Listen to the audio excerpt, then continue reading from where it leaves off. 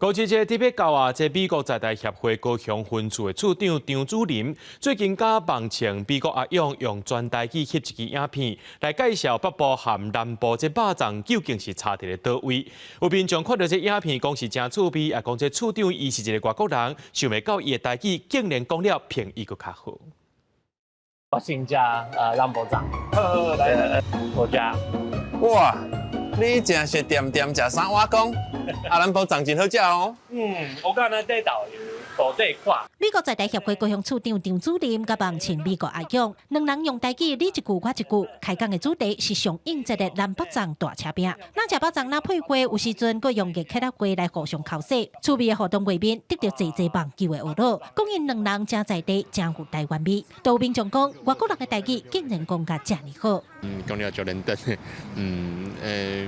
跟他比。台湾人更加厉害，嘿。你本身敢会晓讲台语啊？小看尔。啊，你感觉你甲伊比起来？感觉伊较厉害哦。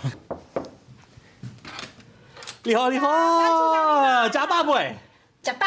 一入门马上就是一句亲切的台语，食饱未？张处长2年前来到高雄就任，为着要融入高雄的生活甲文化，伊唔那逐礼拜拢会甲老师学台语，嘛常常用台语去消解高雄的食食甲景点。伊的草地开口也影响到身躯边的同事。